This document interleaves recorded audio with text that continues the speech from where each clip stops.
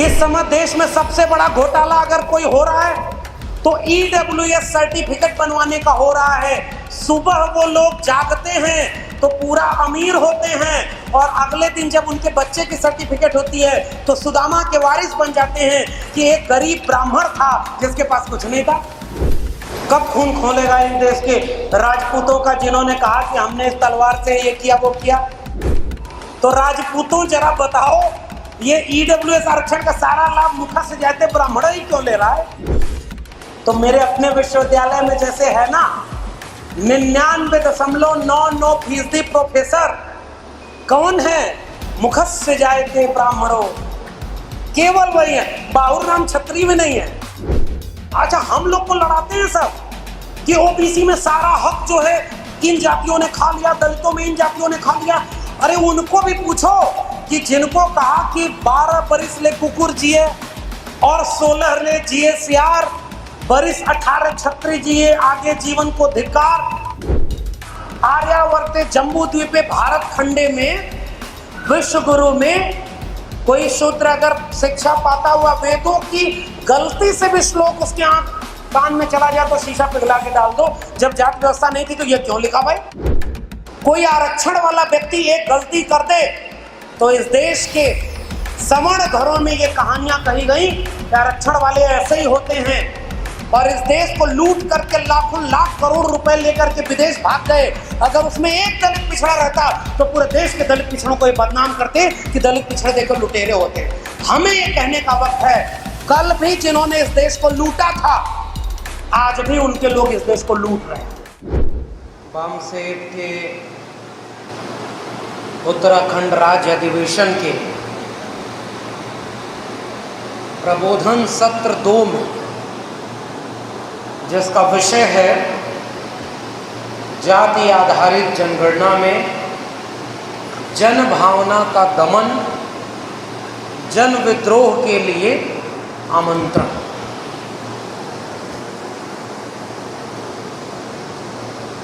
अब एक तो विषय आपकी रुचि का हो और विषय को फॉर्मुलेट करने वाले लोगों ने उसे एक विद्रोह की शक्ल में, आह्वान की शक्ल में भी रखा हो तो इस पर अपनी बात रखना बेहद दिलचस्प हो जाता है।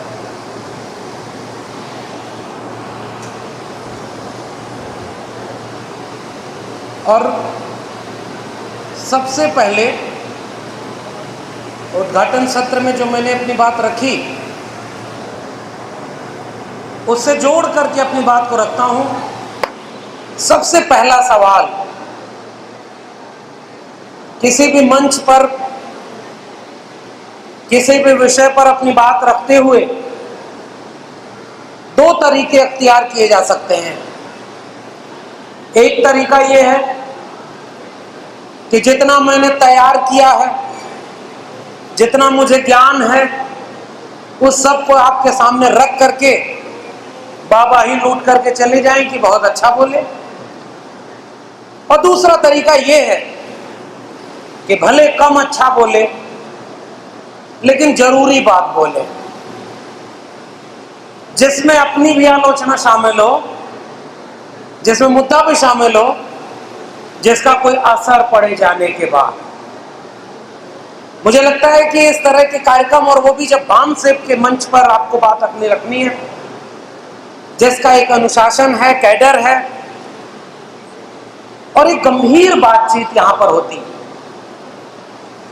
इसलिए सबसे शुरुआत में ही एक बात कहना चाहता हूं कि कोई भी बातचीत तब तक गंभीर नहीं है जब तक वो आत्मालोचना की तरह ना हो, उसमें शिकायतें ना हो। इसलिए मैं इस पूरे पर्चे को पढ़ते हुए जो पहली शिकायत दर्ज कर रहा हूं, जिसका इशारा मैंने अपने संबोधन में शुरुआत में किया, एक बार ठहर कर सोचिए ना कि हम इस समय किस भारत में जी रहे हैं। हम उस भारत में जी रहे हैं जिसकी चिंता आपके इस पर्चे में है कि ऐसा भारत तो नहीं बनना था, लेकिन आज जो भारत बन गया है वह भारत ठीक है कि आपने भी उस पर चिंता जाहिर की है कि राष्ट्रीयकरण, राष्ट्रीय संपत्ति, राष्ट्रीय जमीनें, राष्ट्रीय कंपनियां, इन सब को प्राइवेट हाथों में बेचा जा रहा है। इसकी चिंता आपके पर्चे में है। और वो लोग बेच रहे हैं जो सबसे ज्यादा राष्ट्रवाद का नाम लेते हैं। भले तिरंगा झंडे का विरोध किया हो, भले ही उन्होंने कहा हो, हमारे यहाँ भोजपुरी में एक कहावत है, 3 तिगाड़ा काम बिगाड़ा। उसका मतलब ये होता है कि जिस चीज में 3 चीजें होती हैं उसको वो अशुभ मानते हैं। उसके नाम पर विरोध किया झंडे का। आज वो घर घर झंडा, हर हाथ झंडा, हर घर झंडा, हर घर तिरंगा। जिन्होंने अपने मुख्यालय पर तिरंगा नहीं लगाया वो उसने आपके घर पर तिरंगा लगवा दिया। और आप भी तोड़ के लगाने गए कि कहीं ऐसा ना हो जाए कि देशद्रोहियों की लिस्ट में मेरा नाम आ जाए। जब मैं ये संबोधन कर रहा हूं तो जाहिर सी बात है आपको नहीं कह रहा हूं, आप तो बामसेब के लोग हैं, जगे हुए लोग हैं। और इस मंच की एक सीमा भी है कि हम लोग को कन्विंस करना है। लेकिन फिर भी मैं कुछ बात इसलिए कर रहा हूं कि इसके जरिए बात बहुत दूर तक जाएगी। यानी हम एक ऐसे भारत में जी रहे हैं जिसमें वादा किया गया था कि वो बेच रहे हैं भारत को, मैं चैन से कैसे सो जाऊं, सौगंध मुझे इस मिट्टी की, मैं देश नहीं बिकने दूंगा। और जब सबने मिलकर उन्हें प्रधानमंत्री कुर्सी पर बिठाया तो अभी सुमित चौहान जी बोल रहे थे कि उसने ऐसी ऐसी चीजें बेच दी जो आपने कभी सोचा भी नहीं होगा। तो वो चिंता है, एक ऐसे भारत में हम अभी जी रहे हैं जिसमें बेचने को भी लाभकारी कह दिया गया है। हमारे यहाँ कहावत है, आलसी गिरने कुआं में और कहने भले है, भोजपुरी में है। इसका मतलब ये कि एक आलसी व्यक्ति कुएं में गिर गया और लोग उसे उठाने गए तो वो कहे नहीं नहीं बहुत आराम है, अब निकलने में भी मेहनत लगेगी। शायद इस देश में अब लोग उस दिशा में जा रहे हैं। इस देश में प्याज के दाम बढ़ जाने पर सरकार गिर जाती थी, अब किसी भी चीज का दाम बढ़ जाए सरकार नहीं गिर रही, उनको कॉन्फिडेंस है कि फिर वो आएंगे। ये राजनीतिक चुनौती है। लेकिन मैं सवाल जो खड़ा कर रहा हूं वो ये कि अगर हम जिस भारत में अभी जी रहे हैं उसका जिक्र अगर हमने नहीं किया कि इस देश में चुनाव आयोग किसी पार्टी के रैली के हिसाब से प्रेस कॉन्फ्रेंस करके बताए कि चुनाव कब करवाए जाएंगे, ईवीएम के घोटाले साफ जग जाहिर हो जाएं, कोई निष्पक्षता ना हो, न्यायपालिका में जज आज फैसला सुनाए और कल राज्यसभा की शपथ ले, 2.5 महीने के लिए किसी जज को जज बनाया जाए, चीफ जस्टिस ऑफ इंडिया, और वो व्यक्ति वो है जो तड़ीपार, जो इस समय कोई गृह मंत्री है, उसका वकील था और 2.5 महीने के कार्यकाल में वो आते ही कहे कि गुजरात दंगे में कोई आरोपी नहीं है, कोई दोषी नहीं है, सब बरी, सारे केस खत्म। मैं एक ऐसे भारत में अभी सांस ले रहा हूं, मैं एक ऐसे भारत में सांस ले रहा हूं जहां बलात्कारियों को बेल दिया जाता है और उसके बाद फूल माला से स्वागत किया जा रहा है। अगर हम नागरिक हैं तो बताइए हमारे उनकी चिंता कहां है? इसलिए जो नहीं है वो मैं जोड़ रहा हूं। अगर हमारी चिंताओं में केवल हमारी चिंताएं शामिल हैं तो माफ करिए, दूसरे की चिंता अगर हमसे जुड़ी नहीं है और जो आज हमला हो रहा है वो आप सीधे एड्रेस नहीं कर रहे, तो जो बहुत लंबी लड़ाई जो आप लड़ना चाह रहे हैं उसको लेकर के पूरे देश को आप मोबिलाइज नहीं कर पाएंगे, मुश्किल से कर पाएंगे। उदाहरण मैं देता हूं, पहला संशोधन, हमारे पूर्व के वक्ता ने कहा कि ओबीसी की गिनती नहीं होती, ओबीसी गिनती करानी चाहिए।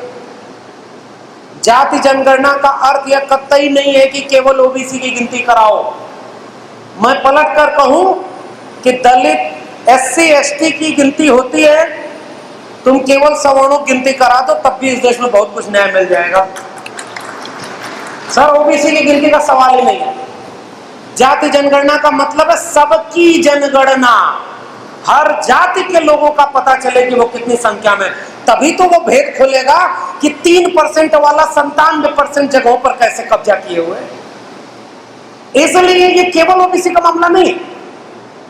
और सरकार में बैठे लोग जो इस समय रक्षा मंत्री हैं, कुछ दिन पहले गृह मंत्री थे, अब रक्षा मंत्री बने, पता नहीं अगली बार अग्निवीर न बन जाएं। उनको कोई नहीं जानता। इस समय देश चल रहा है केवल 2 लोगों से। 2 लोग चला रहे हैं, 2 लोगों के हाथों चलाने के लिए सब बेच रहे हैं। तो और किसी नेता का आप नाम नहीं जानते। वो व्यक्ति जो पिछली बार गृह मंत्री था 2018 में, उसने बयान दिया कि हाँ, हम भी ओबीसी की गिनती कराना चाहते हैं। हमने तब भी कहा था कि नहीं, हमें ओबीसी की गिनती नहीं चाहिए, हमें टोटल कास्ट सेंसस चाहिए, जाति जनगणना। क्यों?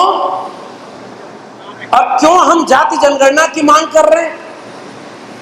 भाई कुछ लोग कहते हैं जाति जनगणना का नए भारत में क्या काम। बाकी वक्ता अपनी बात रखते हुए हो सकता है इतिहास की बात बताएं। मैं बहुत फौरी तौर पर इतिहास की बात बता रहा हूं। इस देश में जातियां हैं, जातियां थीं, जाति के नाम पर विशेषाधिकार था, शोषण अन्याय था, मगर जातियों की गिनती नहीं थी।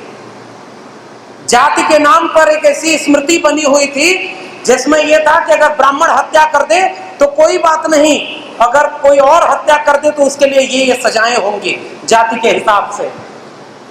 जो जिस काम को करेगा उसके मुताबिक उसकी जाति होगी, और जो जिसकी जाति होगी उसके मुताबिक तय होगा कि समाज में उसको इज्जत कितनी मिलेगी, उसको सम्मान और अधिकार कितना मिलेगा। और तब विश्व गुरु का दावा करने वाला एक देश, दुनिया में अपनी छाती अपने ही पीटने वाला एक देश, सोने की चिड़िया थे, ये थे वो थे, और ये दुनिया को कभी नहीं बताता कि जिस धर्म के नाम पर वो अपने को विश्व गुरु बनाता है, उस धर्म के मानने वाले देवताओं की भी उसने जातियां बनाई थी, और उस धर्म के नाम पर उसने कहा था कि दलित हैं तो ये मंदिर में नहीं जाएंगे, इनका भगवान भी अलग होगा। वो ये कहते हैं कि हम विश्व गुरु थे। फिर भी जाति पर कोई बात नहीं हुई, और लगातार पिछले 100 साल में कहा गया कि जाति तो थी ही नहीं, और अगर जाति नहीं थी तो मनुस्मृति में जाति आई कहां से? ये गंभीर विमर्श का विषय, फिर कभी इस पर बात होगी। लेकिन लंबे समय तक जिन लोगों ने सबसे ज्यादा जाति के नाम पर लाभ लिया, वही ये समझाते रहे कि जाति तो हमारे यहां है ही नहीं, और जो जाति के नाम पर शोषित वंचित हुए उनकी कोई गिनती नहीं। इसलिए इस देश में पता ही नहीं चलता था कि कौन किस जाति का है। उसके बाद पता चला कि यहाँ तो जो वेद पुराण लिखे हैं उसमें भी भगवानों की जाति है। कोई इक्ष्वाकु है, कोई रघुकुल रीत वाला है, और अब तो उत्तर प्रदेश का एक मुख्यमंत्री है, वो कहता है योगी बनने के बाद लोग जाति से ऊपर उड़ जाते हैं। जाति क्या चीज है वो देखिए, और वो कहते हैं कि हाँ मुझे गर्व है क्षत्रिय होने पर। ये वो जाति है जिसमें राम भी पैदा होते थे, यानी राम भी एक जाति के थे। जाति ये चीज है। रविदास जी लिखते हैं, जस केलन के पात पात में पात, तस मानुष के जात जात में जात। रविदास मानुष न जुड़े जब तक जाति न जात। जात व्यवस्था तो ये है। बीमारी को कबूल ही नहीं किया तो बीमारी में सुधार क्या करोगे? यानी ऐसा नहीं है, सनातन परंपरा जिसका वो गौरव गान करते हैं वही विभेदकारी है। नंबर 1 बात। नंबर 2 बात ये, छोड़ दो पुराना इतिहास, अगर जाति व्यवस्था थी नहीं। मैं कभी कभी सोचता हूं, अगर भारत में जातिवाद नहीं था तो तथागत बुद्ध ने समता की बात ही क्यों की? कबीर ने जाति का विरोध क्यों किया? तुम कत बाबन हम कत सूत, हम कत लोहू तुम कत दूत। जब जातिवाद था नहीं तो रविदास क्यों लिख रहे थे ये सब बात? इसलिए क्योंकि जाति व्यवस्था थी, जाति के नाम पर प्रतिरोध नहीं था। प्रतिरोध सांस्कृतिक और वैचारिक रूप में था, लेकिन जनता उनके साथ कहां थी? वो एक स्वर्णकाल है तथागत बुद्ध का, जिसमें आपके सामने जातियां समता की बात करती हुई नजर आती है। फिर वो निर्गुण संतों का विद्रोह, संत परंपरा, और उसके बाद नारायण गुरु, बसवन्ना, चोखा मेला से होते हुए ज्योतिबा फूले, जिनकी तस्वीर यहाँ पर है, और वाम से ये दावा करता है कि फूले अम्बेडकरी मिशन को हमें आगे बढ़ाना है। मैं केवल इस पिछले 100 साल की बात कर रहा हूं, और तब जात जनगणना के पूरे पहलू पर अपनी बात रख रहा हूं। अंग्रेजों ने 1870 के बाद यह सोचना शुरू कर दिया कि भाई बाकी लोगों के लिए अंग्रेज और रूप में दिख रहे हैं और दलितों, पिछड़ों, आदिवासियों के लिए अंग्रेजों का कोई और रूप भी था। यह भी तो एक विमर्श का मसला है। शिक्षा मिलना कब से शुरू हुई? वरना आर्यावर्ते जम्बू द्वीपे भारत खंडे में विश्व गुरु में कोई शूद्र अगर शिक्षा पाता हुआ वेदों की गलती से भी श्लोक उसके आंख कान में चला जाए तो शीशा पिघला के डाल दो। जब जाति व्यवस्था नहीं थी तो ये क्यों लिखा भाई? जब जाति व्यवस्था नहीं थी तो क्यों ये कहा कि शूद्रों और महिलाओं को पढ़ने का अधिकार नहीं है? वो मिला, लेकिन उसके बाद जब एक जाति विरोध का एक आंदोलन मजबूत हुआ, महात्मा ज्योतिराव गोविंदराव फूले, छत्रपति शाहू जी महाराज और उसके बाद डॉक्टर B.R. अम्बेडकर, और वहां तक आते आते एंटी कास्ट मूवमेंट, जिन लोगों ने जाति के नाम पर सबसे ज्यादा लाभ लिया था वो क्यों जाति खत्म करेंगे? इसलिए जाति के खात्मे का आंदोलन कौन शुरू किया? जो लोग जाति के नाम पर शोषित और वंचित पीढ़ी से आते थे। और उसलिए वो जो जनगणना होना शुरू हुई तब तो पता चलना शुरू हुआ कि इस देश में, और आप भी कहते हैं ना मूल निवासी, आपके तो नारे में है जय भीम जय मूल निवासी, और मूल निवासी का मतलब क्या है? कि हम यहाँ के वासी हैं, हम सबसे पुराने, हमारा देश है, हमारी प्रकृति है, हमारे लोगों ने इस दुनिया को रहने लायक बनाया है, उन्हें सबसे ज्यादा अन्याय का शिकार करा गया। तब जब ये बात सामने आनी शुरू हुई और सबसे ढंग से जाति जनगणना किसी ने कराई तो उस शख्स का नाम है छत्रपति शाहू जी महाराज। जब उन्होंने अपने दरबार में जाति जनगणना कराई कि उच्च पदों में 70 में से 65 केवल ब्राह्मण हैं और मध्य पदों में 50 में से 45 ब्राह्मण हैं, और पहली बार आरक्षण लागू किया 1902 में, और उन्होंने कहा कि जिनकी आबादी 3-4% है वो 95% पदों पर क्यों हैं, और तब जाकर के पहली जाति जनगणना कराने वाले शख्स का नाम छत्रपति शाहू जी महाराज है। ये सब झूठ कहते हैं कि यहाँ जातियां नहीं। तो वो जो जनगणना 1881 से शुरू हुई, उसने इस भारत को, जिसका दावा किया जा रहा था कि नव जागरण चल रहा है, सती प्रथा का आंदोलन चल रहा है, उसी समय ब्रह्म समाज, प्रार्थना समाज, आर्य समाज बन रहा है, लेकिन उसी समय सत्य शोधक समाज भी तो बन रहा है जो इस मुल्क में समता व न्याय के लिए लड़ना शुरू करता है। और जब ये पूरा आंदोलन मजबूत हो रहा था तब 1931 की जनगणना तक ये बात सामने आ गई कि इस देश में 15% शेड्यूल कास्ट, 7.5% शेड्यूल ट्राइब्स, आदिवासी, दलित और लगभग 52%, 50% मान लो आप, अन्य पिछड़े वर्ग के लोग शामिल हैं। और कुछ लोग जो मुखस से जाए थे, ब्राह्मण, बाहुर नाम क्षत्रिय, मुख से पैदा हुए, भुजाओं से पैदा हुए, केवल भारत में, दुनिया में और कहीं नहीं। ऐसे लोगों की आबादी कितनी? 10-12%। तो जब ये पता चला कि जब आप हो 10-12%, 14% भी नहीं हो, और आप पूरा देश चला रहे हो, लेफ्ट राइट सेंटर सब में वही लोग भरे हैं, और उस समय ये आंदोलन कितनी तेजी से मजबूत हुआ, और जिसकी परिणति ये हुई कि 1950 में जब इस मुल्क ने अपना आईन कबूल किया, इस मुल्क में भारत का संविधान बना, तो उस संविधान सभा में ये भरोसा दिया गया कि चलो तुम कहते हो कि मुल्क आजाद हो गया। एक तो बाबा साहब बार बार ये पूछते थे कि आजादी किससे, कितनी, कब, कहां, तो इसलिए चाहे जितनी आजादी मिली उसमें ये मिला कि 15% सीटें आरक्षित करो दलितों के, शेड्यूल कास्ट के लिए, 7.5% शेड्यूल ट्राइब के लिए। अगर इनकी गिनती पता नहीं होती तो क्या ये रिजर्वेशन दे पाते? दिया ना। लेकिन ओबीसी की गिनती पता नहीं है, लेकिन जाति के नाम पर वंचना का, शोषण का शिकार भी वह अन्य पिछड़ा वर्ग है।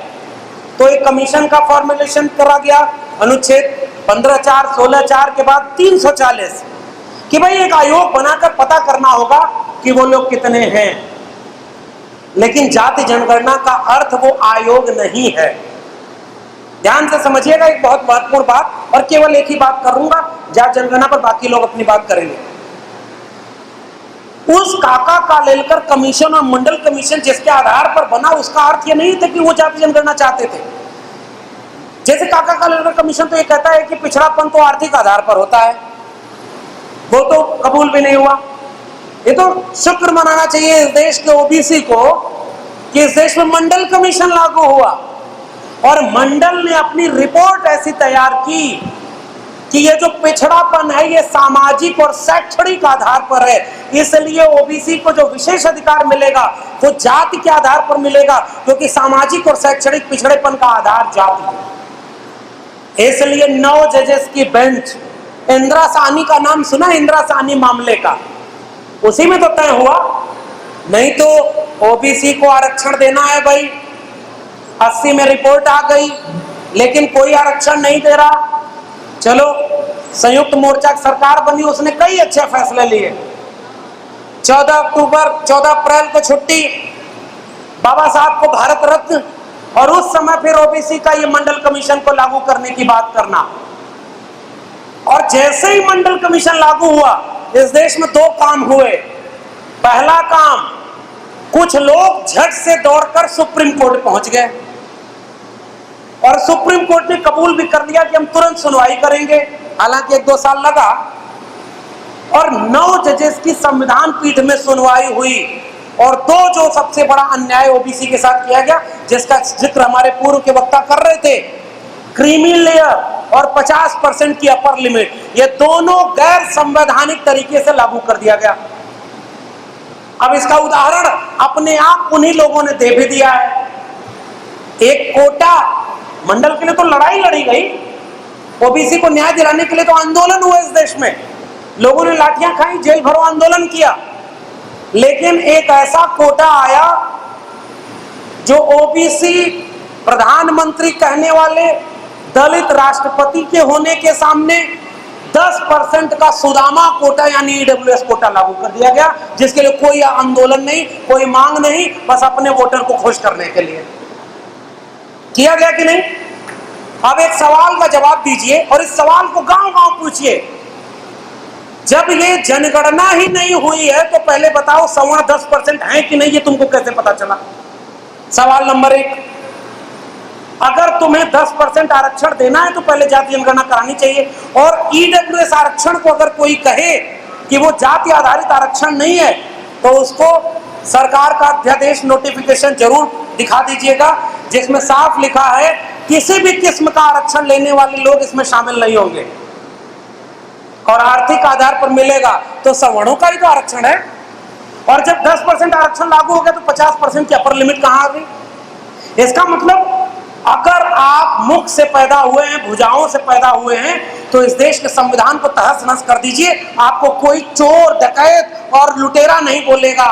लेकिन आप जाति जनगणना के सवाल को उठाइए, मंडल के विरोध में कमंडल की यात्रा लेकर चलने वाले रथ यात्रियों के ऊपर गोली चलवाइए, उनके रथ को रोकिए, तो आप जेल में जाएंगे। ये इस देश में हुआ है और हो रहा है। बलात्कारियों को बेल, और जिन लोगों ने सामाजिक न्याय की लड़ाई लड़ी उनको जेल। और तब ये सवाल पूछिए कि मंडल के विरोध में कमंडल लेकर कौन आया? क्योंकि वो जाति के नाम पर इस गोलबंदी से डरते थे। मुझे याद आ रहे हैं बामसेफ के फाउंडर सदस्य में से एक डी.के. खापर्डे साहब, उनका एक बहुत प्रसिद्ध सा वाक्य है, सांप्रदायिक ध्रुवीकरण का जवाब है सामाजिक ध्रुवीकरण। इस देश में सामाजिक रूप से सबको एकजुट करना होगा, और इसलिए जाति जनगणना का सवाल, और मैं तो सैल्यूट करूंगा बामसेफ के आयोजकों को, जिन्होंने कहा है कि इसे जन विद्रोह के रूप में तब्दील करो। जाति जनगणना का सवाल इस देश के भविष्य को बचाने का सवाल है, इसलिए विद्रोह करना पड़ेगा। और क्यों करना पड़ेगा? तो ये बात तो समझ में आ गई कि आरक्षण के लिए कैसे लड़ाई लड़ी जा रही है। लेकिन जाति जनगणना का सवाल केवल आरक्षण का सवाल नहीं है। भारत आजाद हुआ तो 1950 के बाद जब 51 की जनगणना होनी थी, तो कुछ लोगों ने, नए भारत के नियंताओं ने ये कहा कि हम अब जातियां नहीं गिनेंगे, सवाल हुआ क्यों नहीं गिनोगे? उन्होंने कहा हम जातिवाद को खत्म करना चाहते हैं, और अगर जातियां गिनेंगे तो जातिवाद खत्म नहीं होगा। मेरा एक सवाल पूछो कि रे भाई, जातिवाद खत्म करना चाहते थे तो जातियां नहीं गिने, धर्म क्यों गिनते रहे? क्या तुमको सांप्रदायिकता नहीं खत्म करनी थी? भाषा क्यों गिनते रहे? जिस भाषा के नाम पर देश में लड़कर अलग राज्य बन रहे थे, भाषा गिनते रहे, धर्म गिनते रहे, उसके बाद लोक भाषाओं को गिनते रहे, बाकी सब गिनते रहे, केवल जाति क्यों नहीं गिनना बंद कर दिया? क्योंकि उनको पता था जिस दिन इस मुल्क के 90%, मैं कहता हूं जिसे आप मूल निवासी कह रहे हैं, उसके लिए कोई शब्द दे लीजिए, चाहे शूद्र अतिशूद्र ज्योतिबा फूले से लीजिए, चाहे वंचित शोषित कमेरा श्रमजीवी शब्द रखिए, उन सब की आबादी 90% है। इस 90% को पता चल जाता कि उनकी आबादी कितनी है। इसलिए 1951 की जनगणना के बाद से जाति जनगणना को खत्म कर दिया गया। आखिरी जनगणना कब हुई? 1931। 1941 में भी जनगणना हुई थी, लेकिन द्वितीय विश्व युद्ध के चलते उसके आंकड़े सार्वजनिक नहीं किए गए। ठीक है, अब चलो भाई, एक नया देश बन रहा है जिसमें जातियां नहीं गिनेंगे। जब जातियां नहीं गिन रहे थे तो जाति के नाम पर तमाम लोग वोट क्यों मांग रहे थे? जब तक 1970-80 तक आते आते इस देश में वंचित शोषित लोगों का आंदोलन मजबूत नहीं हुआ, तब तक इस देश में 90%, 99% लोग 1% लोगों पर कब्जा किए हुए थे। जब ये आंदोलन मजबूत हुआ तो उस मजबूती का आधार कौन बना? मंडल कमीशन को याद करता हूं। मंडल कमीशन की कितनी अनुशंसाएं आपको पता है? बताइए जोर से, कितनी अनुशंसाएं मंडल कमीशन की, कितनी सिफारिशें मंडल कमीशन ने की? मंच वाले भी बताएं। अब देखिए, ये तो निराशा होगी फिर मुझे, 2-4 लोग हैं बस। ये सर ट्रेनिंग देने की जरूरत है। और 40 अनुशंसाओं में से केवल 2 लागू हुई, एक 1991 में, 90-91 में, और दूसरी 2006 में, और वो भी दोनों एक ही थी, एजुकेशन में और सरकारी नौकरी सरकारी रोजगार में।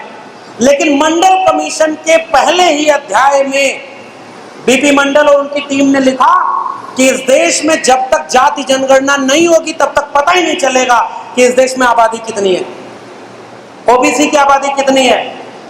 और 1931 की जनगणना के आधार पर उन्होंने कहा कि ये 1980 में 52% लोग हैं।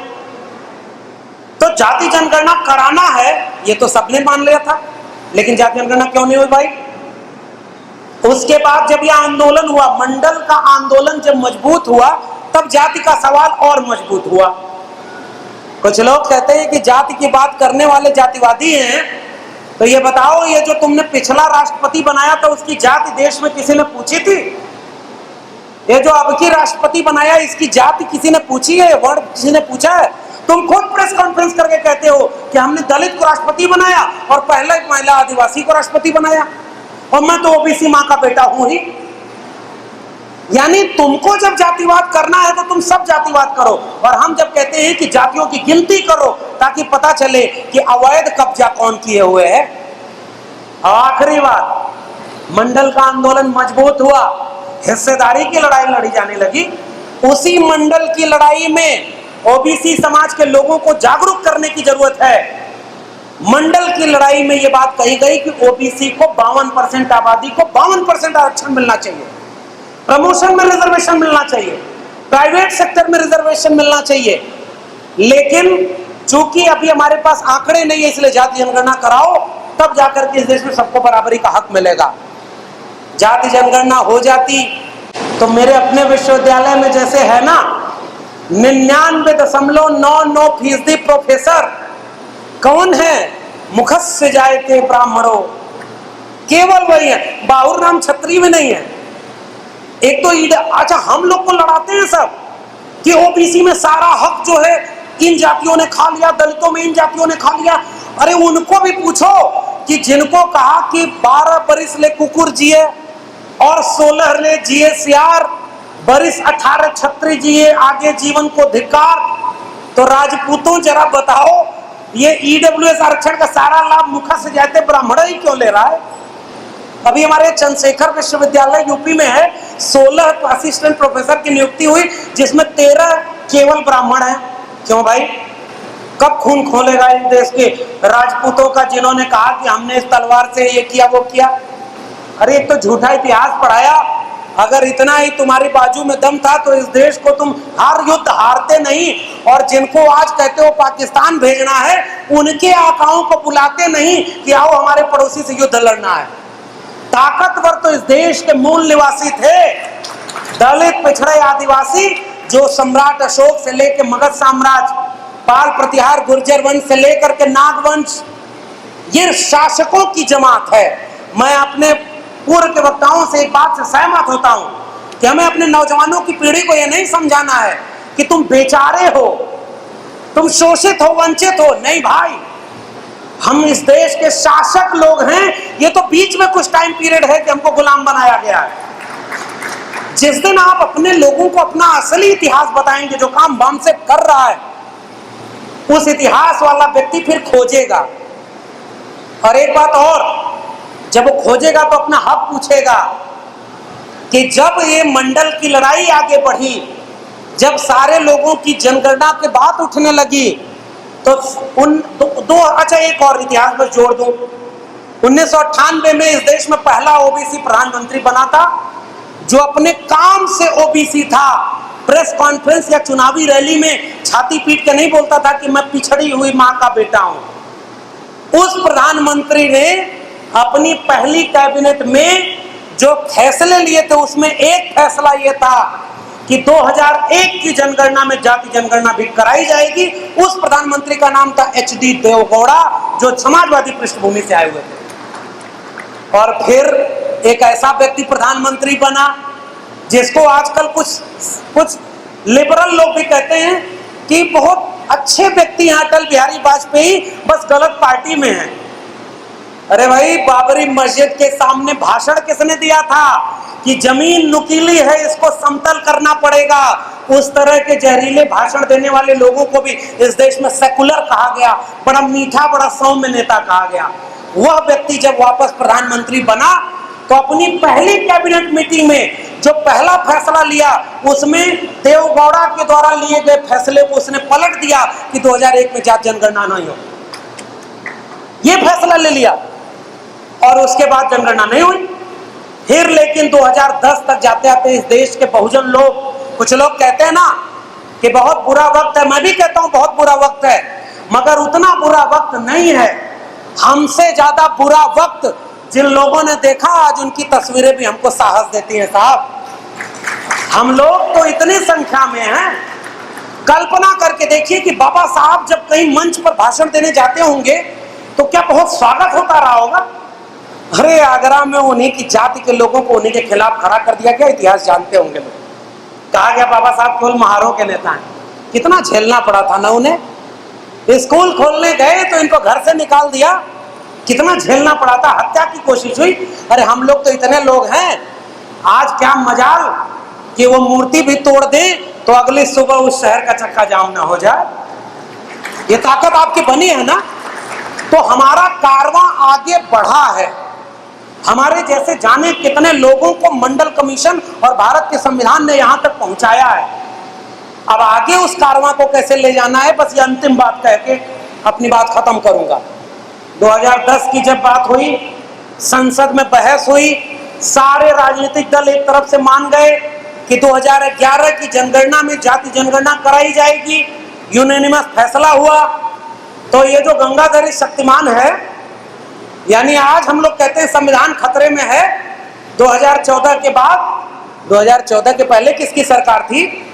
कौन था जो अगले सवा फैसला पलट देता है संसद की बहस का और कहता है कि कास्ट सेंसस हम नहीं कराएंगे, 2011 की जनगणना अलग होगी और एक अलग सर्वे कराएंगे, सामाजिक और आर्थिक सर्वे, जिसका नाम दे दिया कास्ट सोशियल इकोनॉमिकल सर्वे।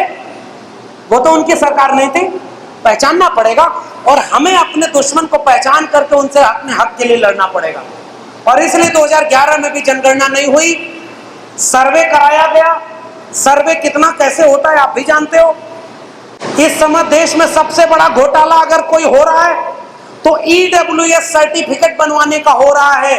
सुबह वो लोग जागते हैं तो पूरा अमीर होते हैं, और अगले दिन जब उनके बच्चे की सर्टिफिकेट होती है तो सुदामा के वारिस बन जाते हैं कि एक गरीब ब्राह्मण था जिसके पास कुछ नहीं था। सबसे बड़ा घोटाला इस समय EWS की सर्टिफिकेट बनाने में हो रहा है। अगर कायदे से जांच हो जाए तो जाने कितने लोग की नौकरी चली जाएगी और जेल में जाएंगे। और वो लोग ये बात कह रहे हैं कि भाई जाति जनगणना की बजाय सर्वे कराएंगे। सर्वे कराया और 2016 में उसका आंकड़ा आया साहब। आंकड़े में क्या पता चला? पहले अरुण जेटली उस समय वित्त मंत्री थे और उन्होंने जब प्रेस कॉन्फ्रेंस करके आंकड़ा जारी किया तो पता चला इस देश के 1% लोगों के पास 73% लोगों की संपत्ति का कब्जा है, 1% 73%। अब उसके बाद देश के लोग पूछना शुरू किए कि एक और सवाल का जवाब दे दो, ये 1% लोग किस जात बिरादरी के हैं, कौन लोग हैं, किस धर्म के हैं? ये जिन मुसलमानों से तुम इस देश के हिंदुओं को खतरा बताकर कहते हो कि 80% हिंदुओं एक होकर के हमको वोट दो, जरा देखें कि उस 1% में कितने लुटेरे मुसलमान थे। मैं तो इस देश के बड़े बड़े मंचों पर जाकर दलित पिछड़े आदिवासियों से एक सवाल करता हूं, तुम्हारा आरक्षण क्या किसी मुसलमान ने छीना है क्या? तुम्हें जाति के नाम पर गालियां, बड़ जात बतियौला से, छोट जात लतियौला से, आप लोग समझ रहे हैं ना? ये आपका प्रदेश है देवभूमि। अभी हमारे मित्र बात कर रहे थे, देवभूमि, देवताओं की भूमि, और सबसे ज्यादा यहाँ पर जातिगत अन्याय का भूमि ये है। यहाँ बीजेपी का एक सांसद था, मंदिर में गया तो लोग पूछने लगे दलित हो मंदिर में नहीं जा सकते। वो सब देवभूमि बनाकर किसको मूर्ख बना रहे हैं? और इसलिए मैं इस देश के दलित पिछड़े आदिवासियों से बार बार ये सवाल करता हूं, तुम्हारे देश की निजी संपत्ति को मुसलमान बेच रहा है क्या? तुम्हारे मंदिर पर हमला करने का मुसलमान आ रहा है क्या? तुम्हारा आरक्षण, तुम्हारी शिक्षा, तुम्हारा रोजगार मुसलमान छीन रहा है क्या?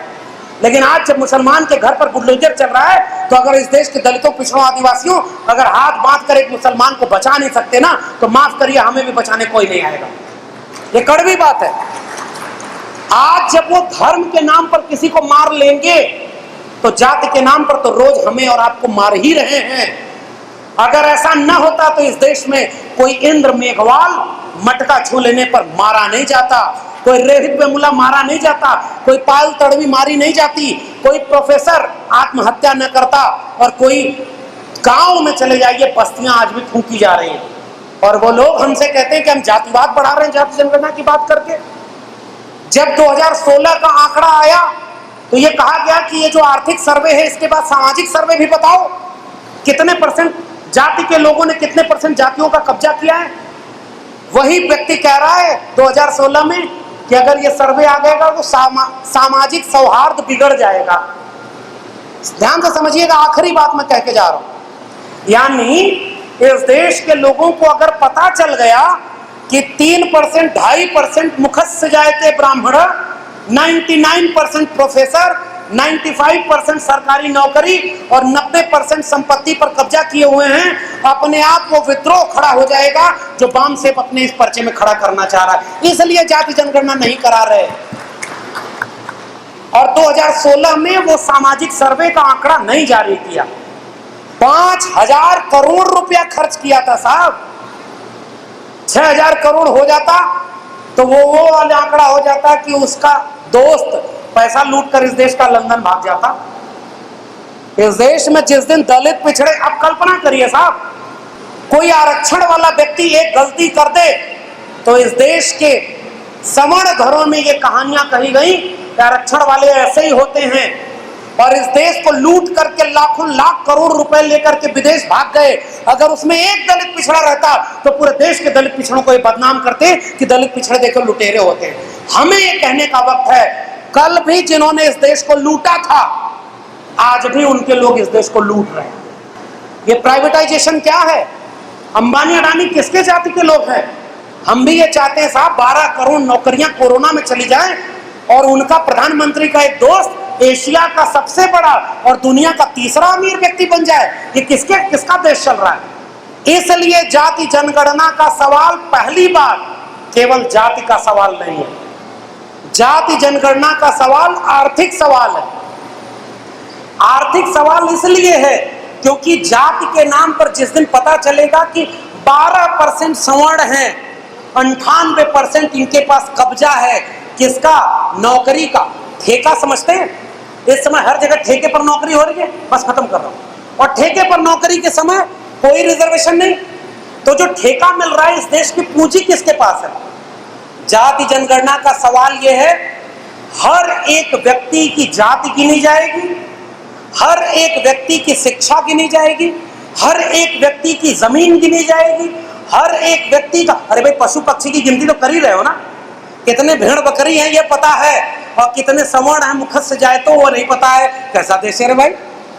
जाति जनगणना का अर्थ गांव गांव ये समझाने की जरूरत है साथियों।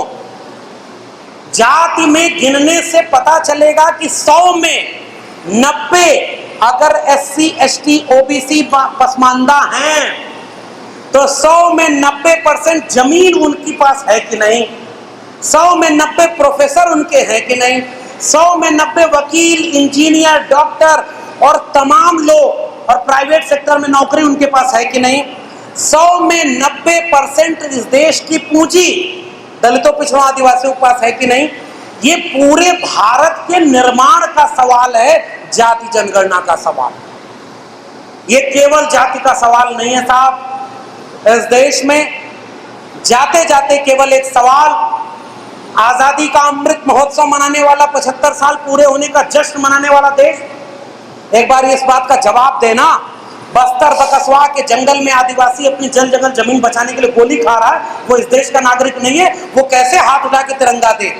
जो हक की लड़ाई लड़ रहा है उसको जेल में भेजा जा रहा है, उसको जेल में भेजा गया कि नहीं? आदिवासियों ने जब हक की लड़ाई लड़ी तो आदिवासी को गोली मारा जा रहा है या आदिवासी को जेल में डाला जा रहा है?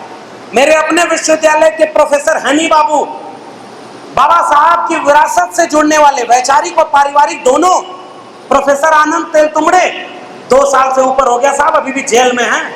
हमारे हिस्से की लड़ाई वो लोग लड़ रहे हैं, हम लोग तो खाए पिए घाये लोग हैं। हम लोग, माफ करिए, मैं अपनी भी आलोचना शामिल करके कह रहा हूं, हम लोग वो लड़ाई नहीं लड़ पा रहे जितना हमें लड़ना चाहिए था। हम प्रोफेसर बन गए, हम डॉक्टर इंजीनियर बन गए, हमने अगली पीढ़ी तक ये लड़ाई नहीं पहुंचाई। और तब ये पहुंचाते हुए सवाल पूछिए, ये राष्ट्र किसका है?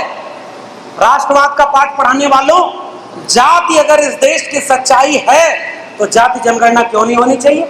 और जाति खत्म अगर करना चाहते हो तो भी जाति जनगणना करा लो। जिस दिन सबको पता चल जाएगा कि मेरी आबादी के मुताबिक मुझे हक हुकूक मिला है, कोई भी जातिवाद करना बंद कर देगा। देखिए, सारी लड़ाई 2 ही चीज की थी।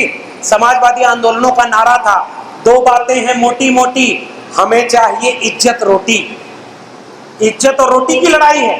तो जाति जनगणना की लड़ाई आर्थिक लड़ाई है, जाति जनगणना की लड़ाई सामाजिक लड़ाई है, जाति जनगणना की लड़ाई इस राष्ट्र की लड़ाई है। इसलिए किसान विद्रोह के साथ हमारे प्रस्तावक महोदय कह रहे थे कि जब किसान आंदोलन खड़ा हो सकता है तो वैसा ही एक विद्रोह खड़ा करना है जाति के नाम पर। किसान तो समझ गए साहब कि हमारी फसलें और नस्लें बिक गई हैं, वो सड़क पर उतर गए। हमारे लोगों को अभी पता ही नहीं है। मेरे गांव में 15 साल पहले 15 लोग सरकारी नौकरी में थे और कांवड़ ढोने कोई नहीं जाता था। इस बार मेरे 15 साल बाद मेरे गांव में 15 लोग कांवड़ ढोने गए और सरकारी नौकरी वाले 0 हैं। हम यहां पहुंच गए साहब।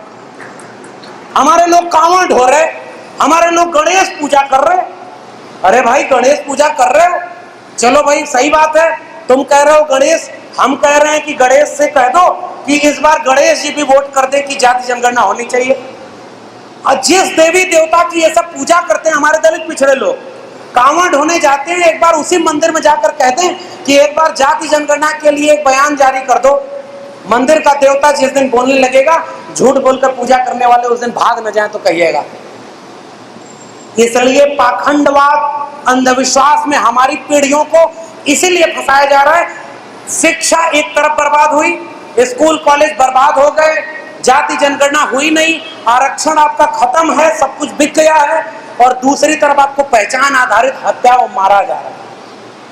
20-25 साल बाद जब इस मुल्क की आजादी का स्वर्ण काल मनाया जाएगा, 100 साल पूरे होने पर, दलितों, पिछड़ों, आदिवासियों के घरों में कहीं वो संतान न पैदा हो जाए जिनको इतिहास में पढ़ना पड़े कि एक बामसेब था, एक संविधान था, एक मंडल कमीशन था।